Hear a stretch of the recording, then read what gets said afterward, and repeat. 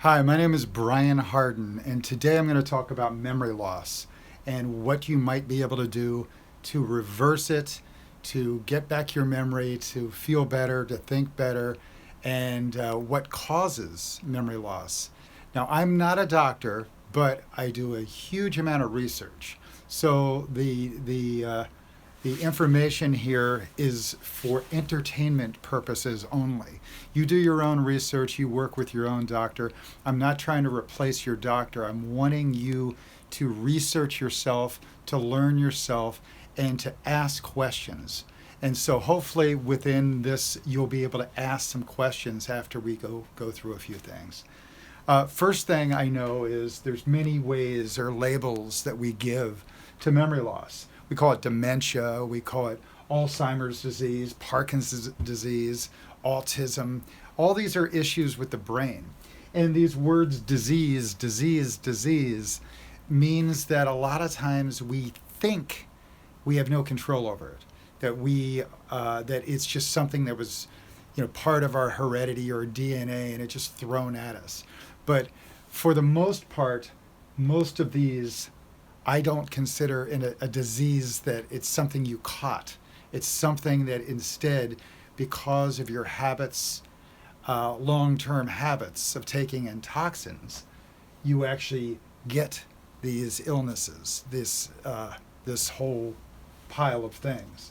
And so that's my thoughts on those labels. What I know about those labels, though, are for Alzheimer's, for instance, you cannot tell that someone's got an Alzheimer's just by asking them a couple questions. There's many things that could cause those same questions to be answered the same way. That the only way to truly know if someone's got Alzheimer's disease is to cut their brain open after they die and take a look at it. So it's kind of a weird gray area on what we label things. And what I also know is when we label things, oh, you've got this, you usually choose that you have no power, on fixing it. Oh, I've got a disease. And then you choose not to fix things. The doctor's going to fix it.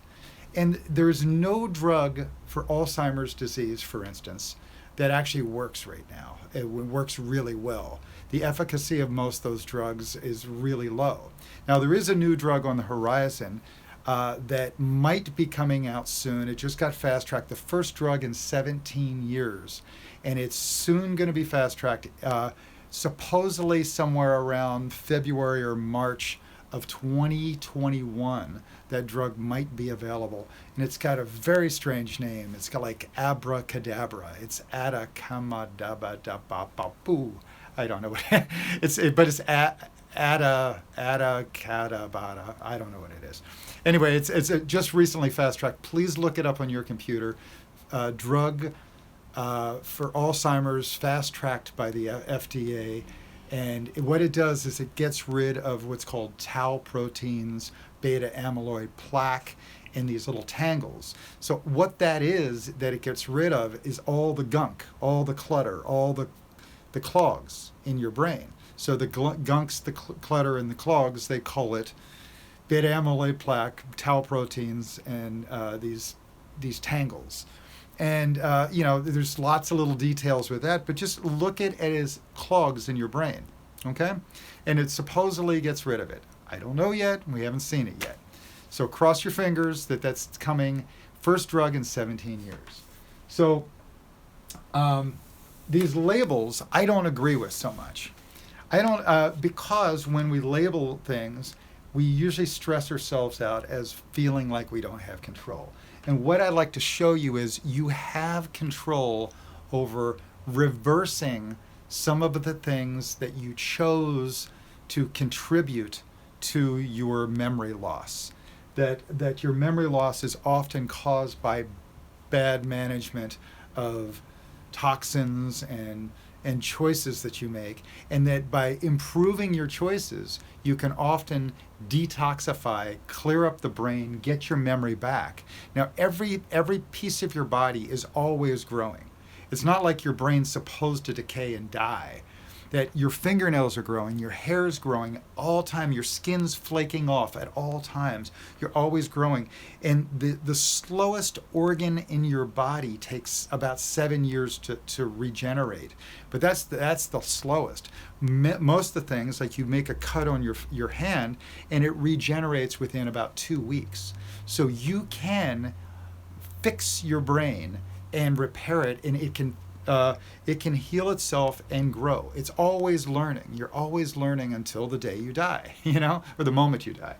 And so to do this, to fix your brain, to look at all the contributors is really what it is. Most doctors, we have these situations where we go to the doctor and we think they're in control, and they don't even ask, or we don't even ask, what is causing my illness? What is the cause? And at the root of any, the Hippocratic Oath is, do no harm. But what it is looking at the cause. What's causing the problem?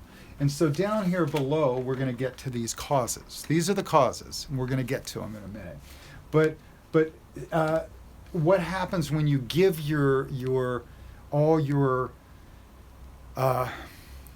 ability to heal only to the doctor is they give you a sentence of like, oh, this will take 6 months, or you've got cancer, or you've got this or that, and you're going to die in 2 weeks or 2 months. And most patients follow the protocol of exactly to the day they die. And this is not a choice. This isn't something you have to have. You can reverse it with all of these approaches. And these approaches aren't one thing. It's like having holes in the roof of your house and water's leaking in many different places. Now, if you clog up one, it slows down the loss, but you've got to close all the holes in order to fix it. So it's not like there's a pill that'll fix your memory loss or Alzheimer's or dementia or Parkinson's disease or autism. There's not a pill, because it's actually caused by many different locations, many different things. So in order to fix it, you've got to look at the whole system, the whole body, the mind, what you're putting in your mind, what you're putting in your body. And do you have a spiritual practice? What's your stress level? Now, your stress level in your body is obviously physical stress. And that's, if you drink too much or take all these toxins or exposed to toxins, that's stress. But your mind also has stress on it. And if you take in bad, negative energy all the time, you're around people that are stressing you out, or you choose to stay stressed, that's really hard on your mind. It's like driving your car with your foot on the gas all the time, just flooring it and redlining the engine. It's going to be hard on it. So we have to look at the whole system, the body, the mind, and the spirit. And so our body is a system of tubes. It's like tubes. There's chemicals going through those tubes. There's blood and urine and air and going through all your tubes. And in those tubes, oftentimes they get clogged. And so the clogs that happen usually in your filtering system, your kidney, your liver, your gallbladder, and so on. But that also happens in your brain. So if I were to cut off the blood circulation to my hand here, or to my foot, to my leg, and cut off the blood circulation so no blood's going to it, after a while it gets numb and you don't feel it anymore, and it stops kind of working. And same thing with your brain. You have a little clog. I mean, imagine your brain's kind of like a sponge, and you have an area that the blood's no longer getting to. Well, that area will shut down because there's got no blood to it, no circulation, and it'll shut it down and stop it from working. And that might be, in the case of Parkinson's disease, some of your motor functions of your body. Or with Alzheimer's disease, it might be the short-term memory location, which happens to be like behind here and here, sort of the roof of your mouth, and in this kind of location. It's commonly where a lot of the short-term memory loss is. So if you have memory loss in that location, it means that quite often there's a clog there. And so how do you unclog the clog? And that's what we're going to get to down here, all of this. And it's not just one simple thing. It's not like take a pill and you're unclogged. Although this new drug might be able to do some of that. We don't know. Coming soon. So it's the clogs in the brain. They're toxins. That's what causes it. Toxins cause it. And there's many, many, many toxins we're going to get to here down below in a second. There's also parasites. These little critters. Like you're actually made up of bacteria and parasites and little things. Or you've got trillions, like 7 trillion little cells in there, and all this bacteria moving around. And the parasites are part of that. And then we have other toxins. Like one of the toxins that's common in people's basements, they have mold, or they have old books or old records, and they have mold all over the place, or they have mold on the side of their house. And with that mold, that is actually one of the types of Alzheimer's. When you look up Alzheimer's, there's actually 4 main ones, but as many as 6, depending on who you read from, the labels. And one of those labels is actually caused by mold. One of those types of Alzheimer's is caused by mold. So mold is a big deal. Bacteria, parasites, toxins. All these toxins build up in you and they make clogs. So if you're a woman and you've got varicose veins in your leg, well, think about it. All the blood from your heart and all the blood vessels on your veins and in your hands and so on, they're actually pretty big. They're pretty big, and they go through from the neck down, they're pretty big. But when they get to the brain, they're little teeny tiny. And then when they get to the bottom of your leg there, they turn around and come back up, and they're little teeny tiny again. So if you have varicose veins where the clogs are happening in the back of your legs and your vanity is worried about those, I wouldn't be worried about those as much as the same size veins in your brain getting clogged. And so how do you unclog them? We're going to get to it in just a second here. So unclogging the brain, these are all the ways that I'm going to talk about in just a minute about unclogging the brain. But my first way that I'd really like to talk about is working with your doctor. Working with your doctor. And so I'm going to flip this over for a second and show you working with the doctor, because what we need to do is take advantage of their knowledge, take advantage of their testing system, take advantage of the fact that they have all these tests that they can run for you. Tests like thyroid test, blood test, urine test. They can check your alignment. They can help you address what's causing the problem. And so ask, what is causing this problem? What is causing? Now, this happens for every sickness, every disease, particularly now with the brain. That's what we're talking about. What's causing it is the big question. And most of the time, doctors can't answer that. Well, I don't know. Well, we're going to get to that on this next page. And it's a lot of those causes are what you have control over. You have control over reversing some of the things that are causing this. And so what the doctors can do is help you with taking tests. And these tests that they run, they show markers. And you have the ability to look at those tests, see what is high or low in the numbers, look it up on your computer, or ask your phone what the numbers mean, and then follow through on fixing it. What causes my blood pressure to get high? What causes, my kidneys to not work as well as they should, and so on. So anyway, with this, what I'd like you to do is realize that your doctors have control, but I'm choosing to recommend that you ask them, first of all, to run a thyroid test. Most people that are anything over the age of 40, their hormones start changing. And this is men and women. With men, it's testosterone. With women, it's progesterone. And a lot of us stay so stressed out with cortisol that it messes up these also. And so if your doctor can run a thyroid test and find out what your true numbers are and what's going on with you, then you might be able to change that. And the thyroid regulates everything in the body. It's helping your whole system to stay in balance. So if your thyroid's out of whack, your system's out of whack. So with the brain, there are 2 studies. One's called the Sao Paulo study, and another one's called the Rotterdam study. And I invite you to look those up. They explain that when your thyroid's out of whack, you often have memory loss. You have issues. Now, a lot of times with this, you have thyroid replacement hormone, and they can give you too much or too little, and they can also put you exactly where you need to be. So stay with your doctor, ask them to help you regulate your thyroid and get it where it should be. Do the research. Number 2 is inflammation.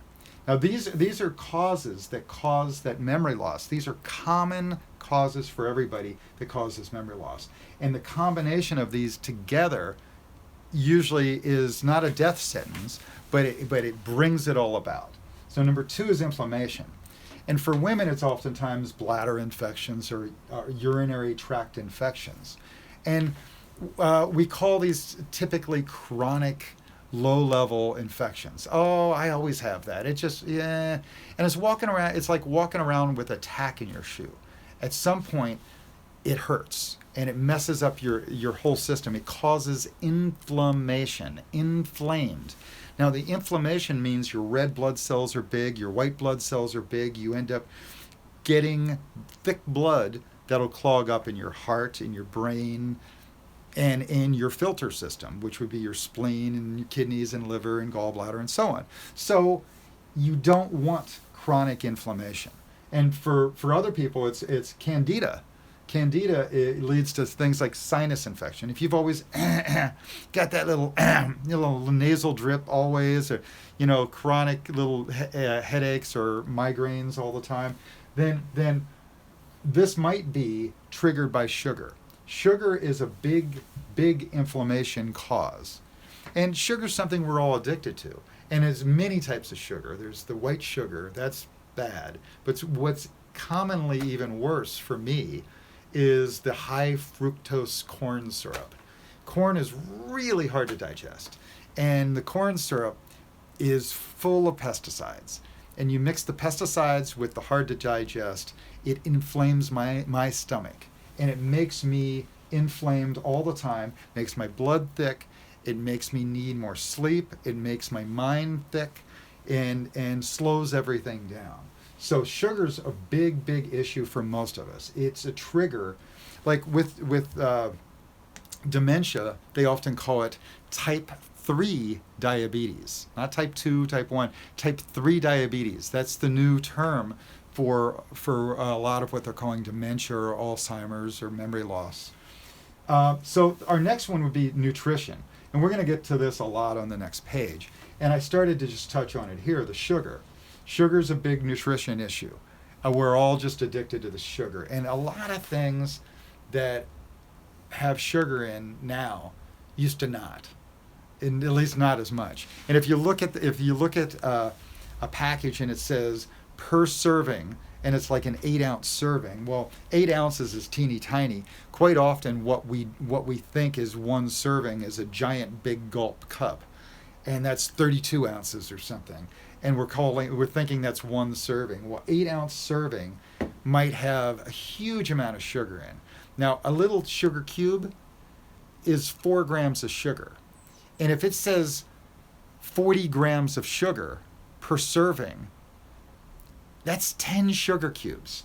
And if you look at a lot of things like sweet tea, these sweet teas you can buy over the counter, and it says, 12 ounces or 8 ounces of sugar, serving is 40 grams of sugar. That's 10 sugar cubes in one little glass. It's insane. So I want you to start reading, looking at your products, looking at the side of the cereal box. Most cereal's just loaded with sugar. And then your pancakes, it's just loaded with sugar. It's high fructose corn syrup. It's not maple syrup. It's crap. And the problem with all that sugar is the genetically modified sugars that they have for corn syrup have all these toxins in. They have a huge amount of toxins in. And the toxins are the pesticides that we add to it. And the pesticides actually disrupt and mess up our gut. and our gut lining gets inflamed. And when our gut's inflamed, what happens is, imagine your skin here on your hand. If I rub it, and inflame it long enough, it'll be red and the blood will start coming out of my skin. Well, imagine that's going on with your stomach all the time. You've got an upset stomach. And then the blood gets to touch either the digestive stuff, like the food particles, then get into the blood, or in the case of a bladder infection, all the urine and all those toxins go back into the blood. So if you have a bladder infection or a stomach, upset stomach and a stomach infection, you're letting the food particles and the urine particles back into the blood, making you even more toxic. So getting rid of your bladder infection, getting rid of your nutritional issues. Most people often go around with digestive issues and they just put up with it. Oh, I'm always that way. Bloating, constipation, diarrhea. It's not good, because your digestive system takes in the nutrients, absorbs the nutrients, and it gets rid of toxins. And if your stomach's not efficiently getting rid of toxins, well, then you're toxic. And if you're also able to finally get rid of toxins, then you can absorb the nutrients, which means that you have the rebuilding blocks to rebuild your brain, rebuild your cells, rebuild your stomach lining, rebuild everything. You know, your kidney, liver, gallbladder, and so on. This works for all diseases. If you ask most people who are sick, how's your stomach doing? Most people say, I'm screwed up. They've got a messed up stomach, they've got a messed up brain, they've got a messed up organs. And so all of your organs, once your stomach is fixed, then your organs have a place to detox. Your kidney, your liver, your gallbladder, and so on can detoxify, and they have a place to go. So all this in our nutrition, in our food system, they've added toxins and preservatives. And it's something insane, like 80,000 chemicals that they have legally been okay by the FDA, and they've never really been tested. But they're in our food system. They're in our clothes. They're in the little dryer sheets you put to dry your things. And all these things add up as toxins. And so the toxins are a big issue with digestion and getting rid of toxins. All right. And then the last one here, for what I want you to work with the doctor on, is fix your thyroid, get rid of the inflammation, and improve your nutrition. Improve what you're taking in. And then the last one here is get rid of any excessive drugs. Quite often, our drugs only alleviate symptoms. They don't actually cure anything. They alleviate symptoms. Just like, I've got a headache. Well, here's a little aspirin. It alleviates the symptom.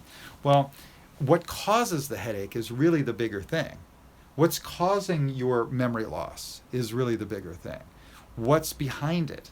And so we're going to get to that here in a second. So the excessive drugs often cause confusion. If you look up most of the drugs, or a lot of the drugs that are thrown at a lot of our aging people, the drugs actually cause confusion. Drugs like statin drugs. A statin drug lowers your cholesterol. Now, what's your brain made out of? Water and fat. And the fat it's made out of is cholesterol. So lowering the cholesterol means you're thinning out your brain, thinning out the fat in your brain, which is the building blocks of rebuilding the brain. So I'm not saying to quit your statin drugs. I'm saying ask some questions. Is there a better statin drug? Is there anything we can do to fix this? And then same thing, another one, calcium blockers. It blocks the calcium. Okay, well, if you block the calcium, where's it go? If it doesn't go to your bones, it goes to your brain, calcify the brain? I don't know. Ask some questions, So I want you to do some research. Often our drugs that we have do not cure anything. All they do is alleviate symptoms. They get rid of the symptom. And then what happens is the side effects of some of those drugs that are alleviating one symptom might actually, the side effect causes other symptoms. Then they give you a second drug to alleviate that symptom, and a third drug to alleviate the side effects of the next one, and so on and so forth. And suddenly you're on 14 different drugs. And really you didn't need them. Didn't need all of them. So ask some questions, because quite often the mixture of all these drugs and toxins, now they're called drugs for a reason. They drug you, you know? And so if you can lower the excessive drugs, this will help you. Now this protocol I actually got from a doctor, I think his name is Teitelbaum. And if you connect with me, I'll send you his information. He calls it the MIND protocol, M-I-N-D. But it's thyroid, inflammation, fix your nutrition, get rid of excessive drugs. And so I'm saying start here. Talk to your doctor, ask questions. What's causing this? What's causing this? So now I'm going to tell you what's causing this, and you have control over what's causing this. And so here's your control that you have. It's all 10 of these little things that you have control over causing this. And so your memory loss, our first step was here to, let me pull this up, was to work with your doctor, work with some experts. Work with your doctor, run some tests, your thyroid, blood, urine, inflammation, too many drugs. Educate yourself. We're in a day and age when you've got a cell phone that you can ask it a question and it will tell you some answers. It'll give you advice. And you can ask more questions, and there are thousands and thousands of places to get information. Search, research. I mean, for you to be ignoring your own health, it means that you're ignorant. And you don't need to ignore your own health. You have control. You're the only one that's living with you 24 hours a day. Going to see a doctor for 10 minutes and expecting him to give you answers, all he'll do is throw a prescription for a drug at you. But the drugs often don't cure anything. They just alleviate symptoms. So by looking into what's causing these problems, this will get us a lot further. So ask questions, do the research. So our first thing that I talked about earlier up here and so on is toxins. So the clogs in your brain, clogs in your system, clogs.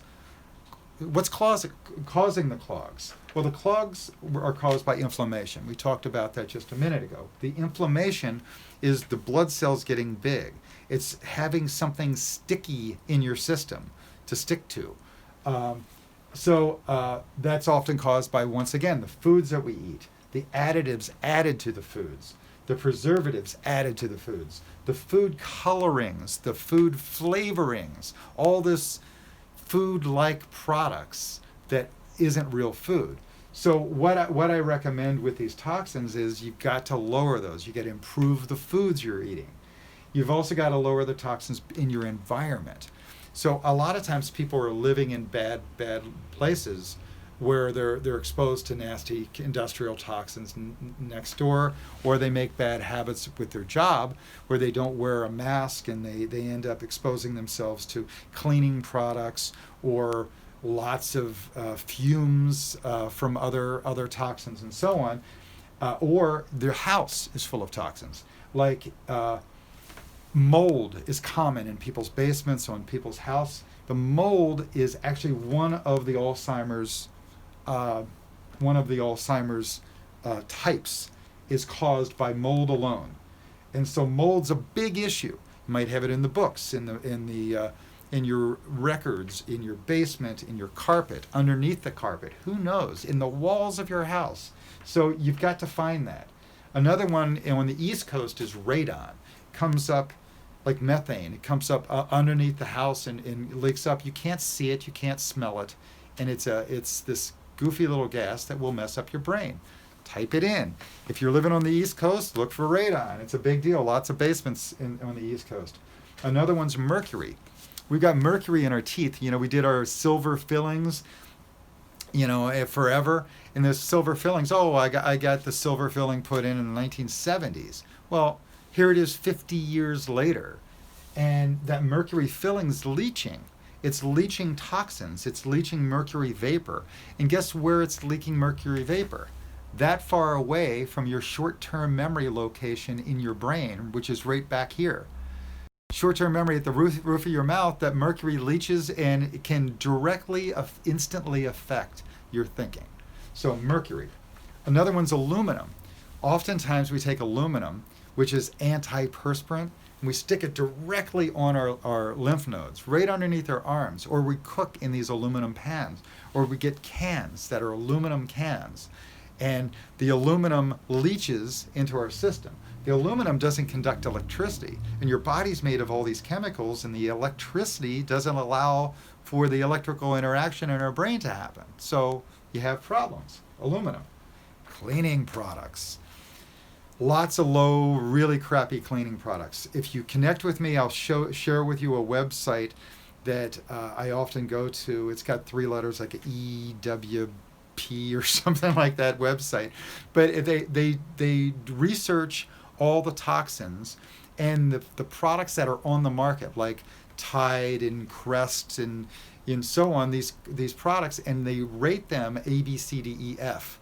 And you want to improve your cleaning products and detoxifying products from an F to an A, obviously, because there are better products. And believe me, you're worth improving the quality of your health by fixing the products you're using. And the next one is perfumes. Quite often we put on perfumes, and the perfumes are just nasty toxins, or the little cleaning dryer sheets that you add to your washer and dryer. Those are full of nasty toxins. Or these little plug-in perfumey things. You make the house smell like apple pie, and it ends up being toxins. They're chemicals, and those toxins build up in our brain, in our lungs, and they mess things up. And another one is water, the tap water. We add chlorine and fluoride to our tap water, and the chlorine and the fluoride are both known to be neurotoxins that can mess up your brain and mess up how you get rid of toxins too. So environmental toxins and all cause this inflammation. And those toxins can come through food, through additives, preservatives, and so on. So how do you get rid of anything? If you were wanting to wash your clothes, what do? Wash them with water, right? You have a stain on the carpet, wash it with some water. Well, water, if we go to another planet, and we're looking on another planet for life, what are we looking for? Water. Water is life. H2O, hydrogen, oxygen. Hydrogen is explosive, oxygen. That's like the breath of life. And so water is our biggest deal. What's your brain made out of? Water. What's your body made out of? Water, like 80%. So your brain needs the water as the cleanser. Your body needs that water as the cleanser. And I mean water that looks like this. I mean real clear water. I don't mean a Coca-Cola that has some level of water in it. That's the tap water again. That's chlorine and fluoride. But this is spring water. This is clear, amazing water. It's got little critters in there, bacteria and minerals and nutrients in it. It's alive. That's a living thing. And when it gets in us, it hydrates us and works with our brain. So it removes the toxins. That's how you remove toxins. And I know as we age, we have issues with our bladder. Oh, I don't want to drink much water because it makes me pee. Then I have to pee 4 times a night. Well, you're getting rid of toxins. You want to just keep the toxins in there? If you had a stain on the rug, the only way to get it off is to rinse it off, get it off. Get stain on the clothes, get it off. You got to get it out.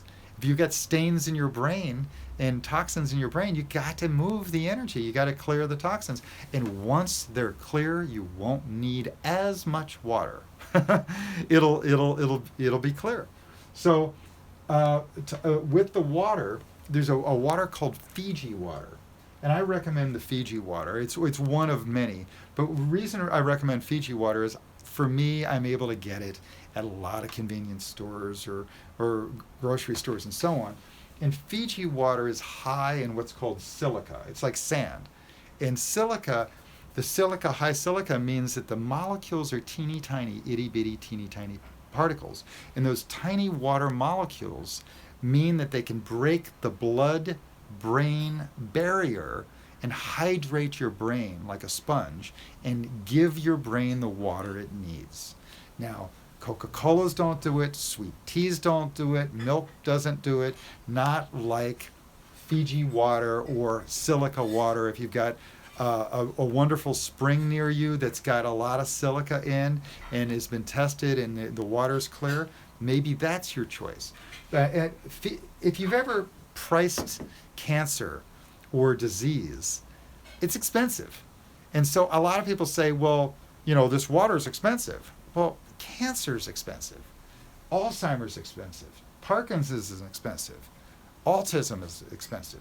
So I say increasing the water to detoxify and remove the toxins and clean yourself out is the best way of starting this whole process. And so up your game on water. You can see there's all sorts of recommendations on how much water to drink per day. 8 glasses, 8 ounces glasses, or blah, blah, blah. There's lots of different things.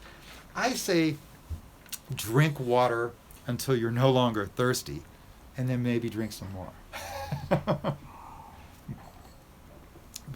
So one thing with this memory loss is we actually lose the ability to monitor whether we're thirsty or not. And so that's one of the problems that people have, is they don't even know they're thirsty. And yet they're foaming at the mouth, and you can see they're thirsty. You can see it. So when your skin is clear, when you're hydrated, you're doing a good job. So if your skin's getting all crusty and whatever, you're probably not doing a good job of hydrating. So I'm going to hydrate right now. In the next one, we talked about a little earlier, digestion. And that's the big deal. There's all this talk now about gut-brain connection. Your gut and your brain are connected. And do you ever have a gut instinct? You feel something, and, you feel whether it's good or bad. You feel, well, that's your actual brain isn't all up there. Your feelers for your brain are also in your stomach. That all these chemical responses that go on in your system, your stomach feels that and gives the information. It's the information that's working. And so with your digestion, when your digestion is right and you're getting rid of toxins and you're absorbing nutrients, then you're healthy. Because the removal of toxins and the absorption of nutrients is your immune system. When you're clogged, your immune system isn't strong. Your immune system isn't like an organ in your body. It's your whole body. And when you're stuck with all the toxins and you're not absorbing nutrients, your immune system's bad. And all these sicknesses that we've had show up, all these increase in sicknesses has everything to do with, once again, too much toxic load, and we're not getting rid of that. We need to remove those toxins. So connect with me on that, and I'll help you with that. And so our next one is really detoxing the organs. That's the individual organs. So when your stomach is strong and you're able to move the toxins there, then your entire system, your lymph system, your kidneys, your liver, your spleen, your gallbladder, your bladder, they all have a place to empty out and to get rid of things.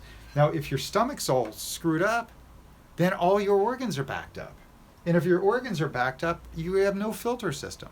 So if your car was messed up, if you put bad gasoline in your car, just like we put bad food or water in our car, in ourselves. So if you put bad gasoline in the car, and the little fuel filter that filters out the bad gasoline, that thing gets clogged, then the car's going to continually run bad until you replace and get rid of the toxins and get rid of the filter and open the filter up again. Same thing here. We've got to clean the filter system. And the way your body cleans its system is for those systems to empty out through your stomach and your bladder. And so we've got to have clear toxin elimination. We've got to. And so you've got to detox in your organs, your digestion has to be fine. And then our next one is blood flow. Our blood flow. And that's your heart. That's your whole being. So with your blood flow, it's related to our blood pressure.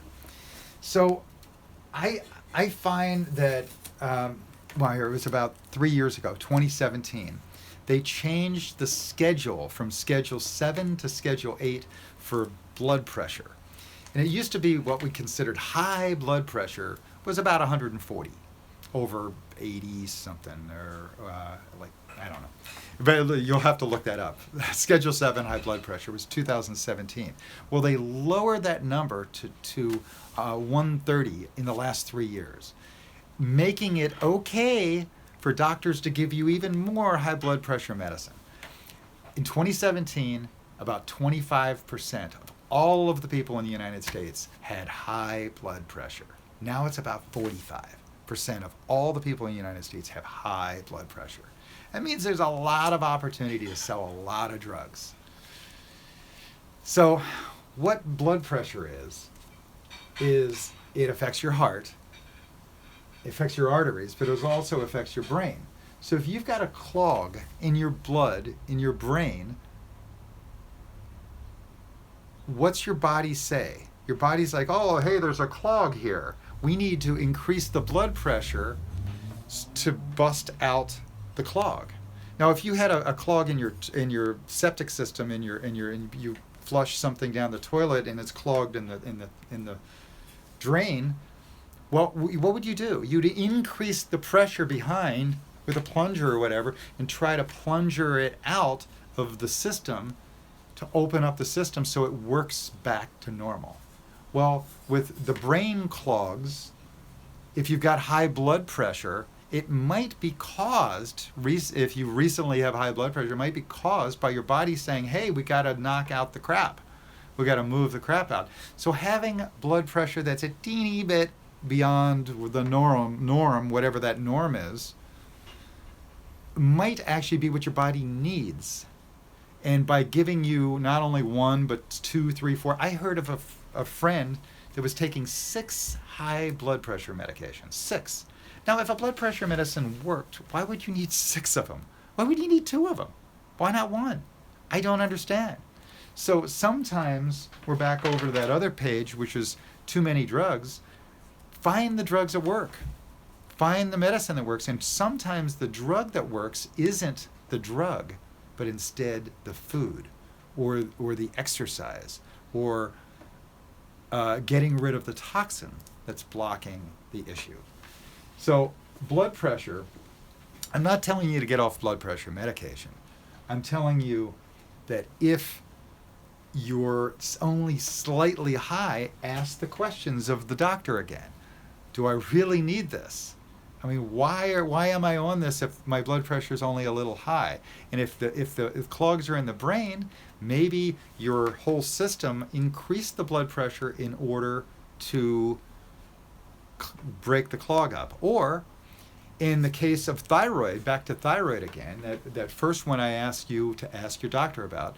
In the case of thyroid, if you have hyperthyroidism, too much low TSH, too much thyroid drug, it actually will cause high blood pressure with the systotic, the top number. And you can, when you lower or fix the thyroid, quite often it fixes the blood pressure. Okay, so that's detoxing the organs. And in order to do that, how do you do that? How do you naturally do that? Well, you do that with sometimes foods that you have, something you drink. Like there are things that'll help your blood to thin, including moving, sweating, walking, dancing, playing, hugging, laughing, and loving.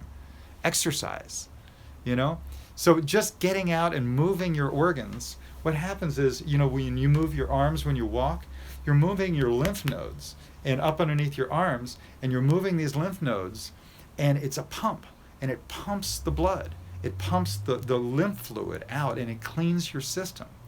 And so by walking and dancing and sweating a little bit, it's moving things. By breathing, you're getting rid of toxins. Now, I'm not saying you should go run a mile or 10 miles or go do a marathon. If you can, great, do it. But if you take a little walk as if you're in a hurry for something, just like instead of strolling real slow, but just walk a little brisk, like you're in the hurry for something. And do that for a little bit every week, every 20 minutes, a few times a day, a few times a week. You'll probably feel a lot better. You'll detox your system. Just standing up and getting things moving through your system, you'll detox. All right, so the next one on my list here is number 6, this attitude, this mind, this let's see if I can lower this a little bit. So this is the attitude. This is your mind. And so have you ever heard of a placebo? A placebo. A placebo is whenever we test a drug for the FDA, they test it against a placebo, a sugar pill. And the sugar pill works. A lot of times, like there's a story about this doctor. He was in wartime, and he ran out of what he needed to numb people, to cut off a limb or whatever he needed to do, the operation he needed to do. He ran out, so he just took saline solution, which is salt water, and he labeled it morphine.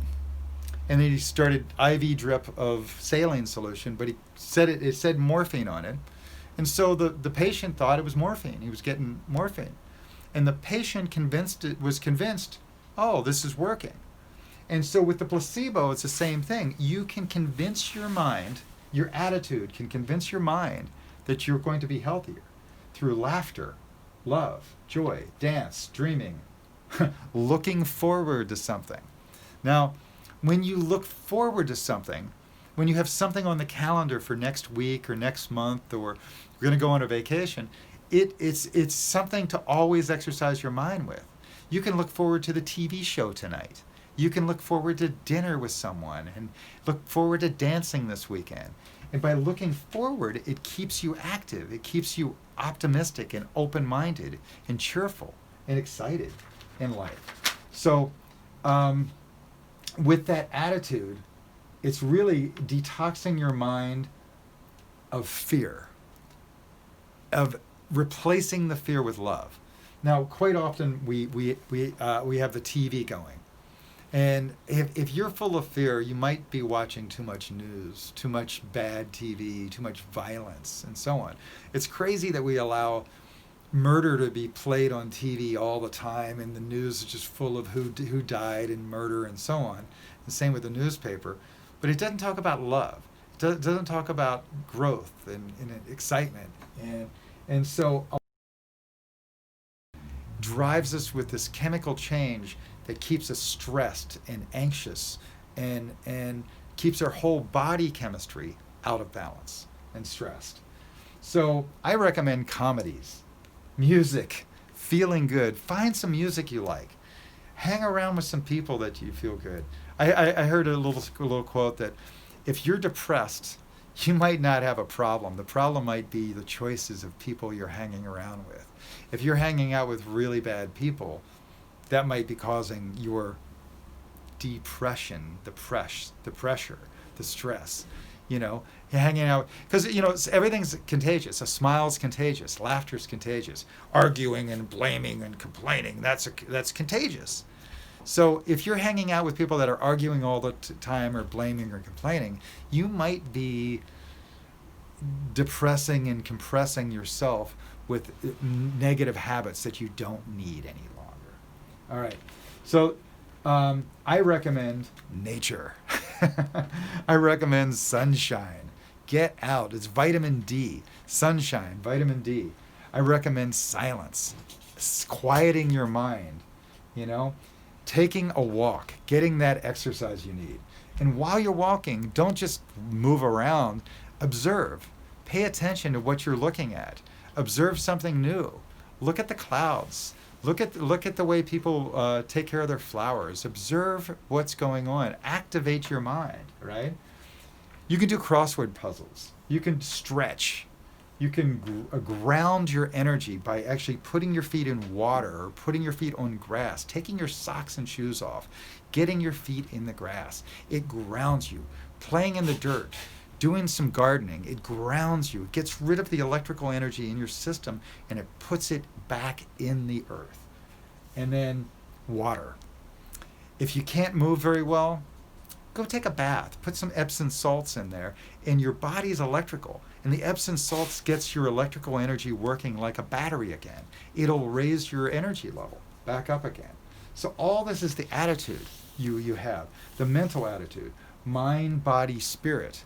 Mind, body, spirit. Your body will heal as your mind heals, and your spirit, the spiritual connection to God within yourself. So the last four are pretty simple. Number 7 is sleep. Now, the only time your brain detoxes is when you're resting, when you're sleeping. When you go to sleep, your brain can get rid of all those toxins. So quieting the mind, and I don't mean sleeping in front of the TV with the TV on screaming at you. Your brain's hearing it the whole time. Your brain's listening. It's listening for all creaks and sounds and people walking in the room. Your brain's always active. And by leaving the TV on and the noise, that's not letting your brain rest. So quiet. Meditation's another one. Now, in church, they say prayer.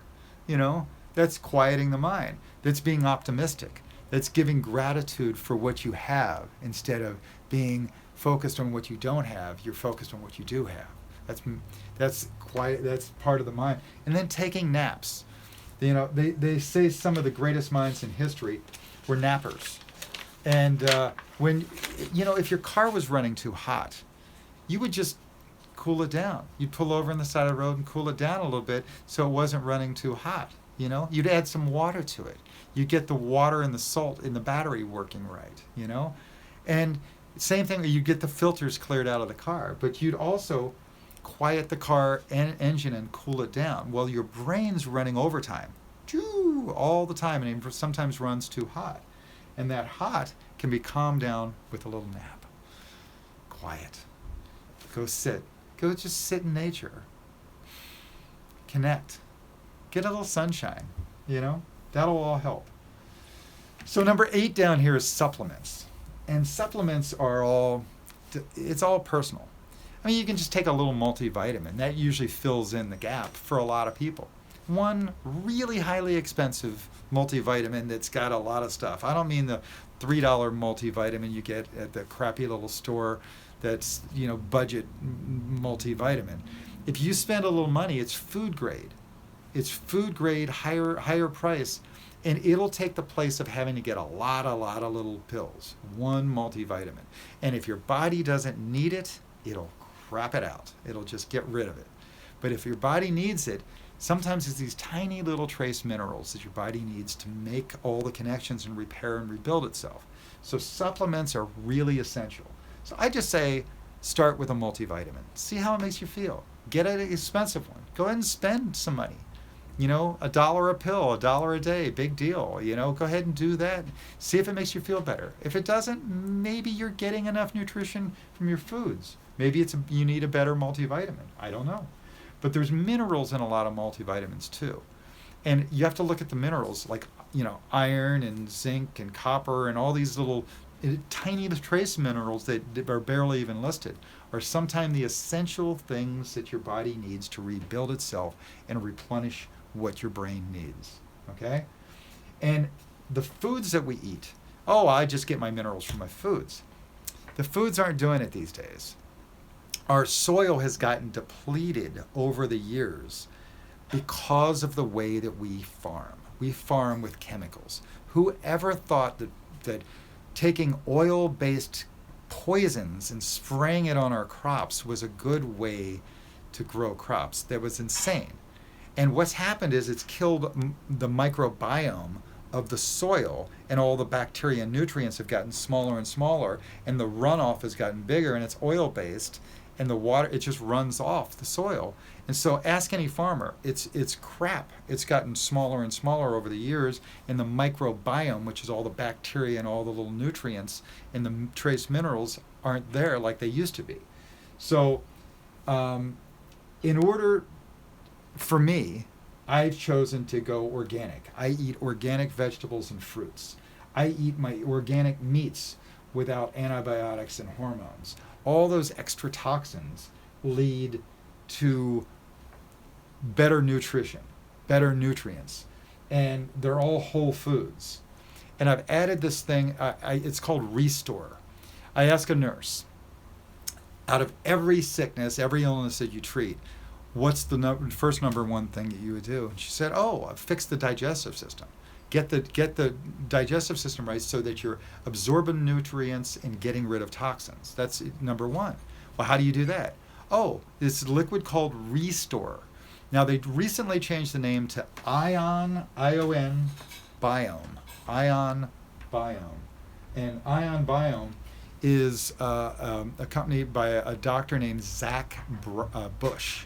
And Zach talks about the nutrition that in these trace minerals, reestablishing that in your digestive system, and it creates a better communication network for your brain, for your cells, for your digestive system. And when it heals your digestive system, then you get the nutrients to absorb and get detox with.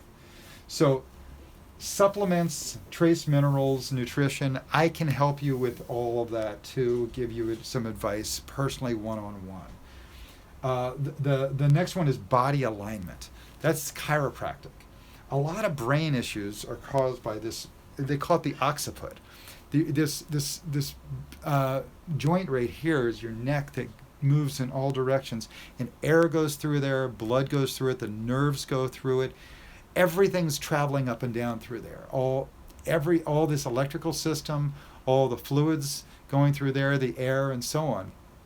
And this joint goes in all directions, you know?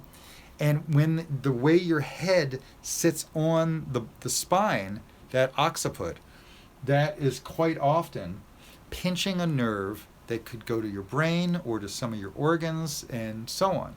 So if you have a great chiropractor, they don't crack you. They instead adjust you. And for me, my chiropractor found that I was clenching my jaw every night, grinding my teeth and clenching my jaw. And that put my jaw out of whack.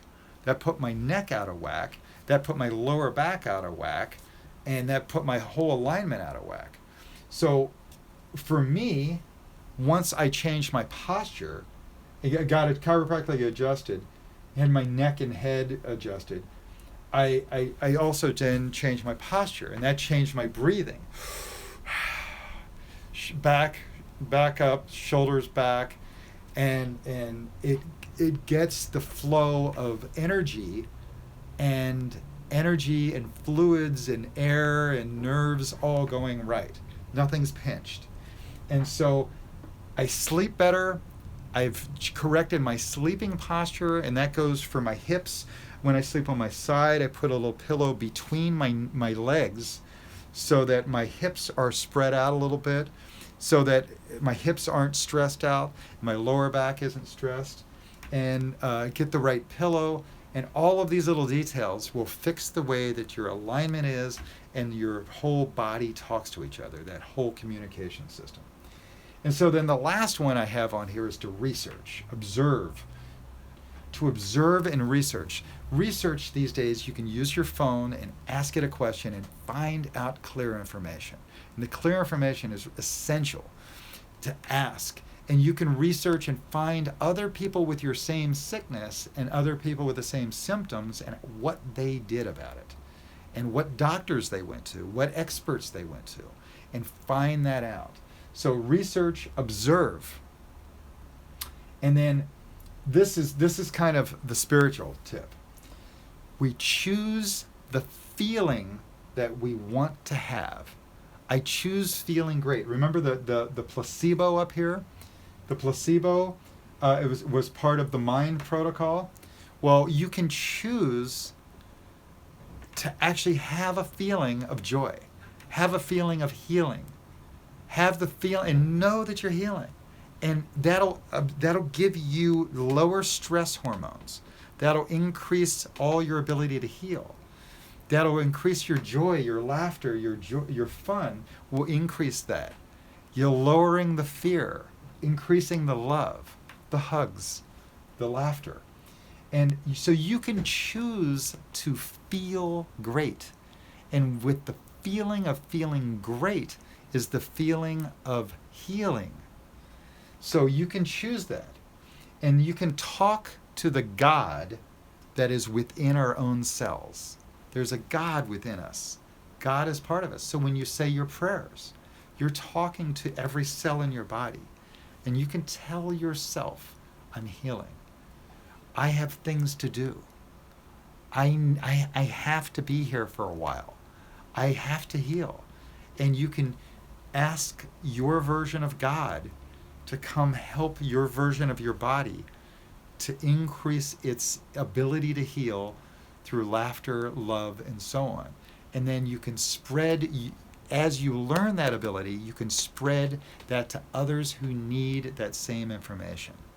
They need the inspiration that you have in spirit. Inspiration. And so your spirit came here to do some stuff. And if you've got things to do, heal yourself and then help others heal themselves. So I'm available to help anybody who's watching this. Connect with me through email or call me. I'll leave some contact information here. My name is Brian David Hardin. My email is Brian D as in David, Brian D Hardin, Hardin, Brian D Hardin @gmail.com. I have a couple websites. On Facebook, I have a bunch of healing websites. One is the gut brain healing. One is Heal Yourself. And then I have my own personal websites, briandhardin.com and New Ways, spelled with a K. Knew,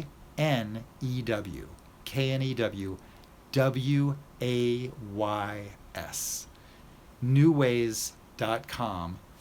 And I share a lot of my own inspiration and joys that bring me joy in my connections.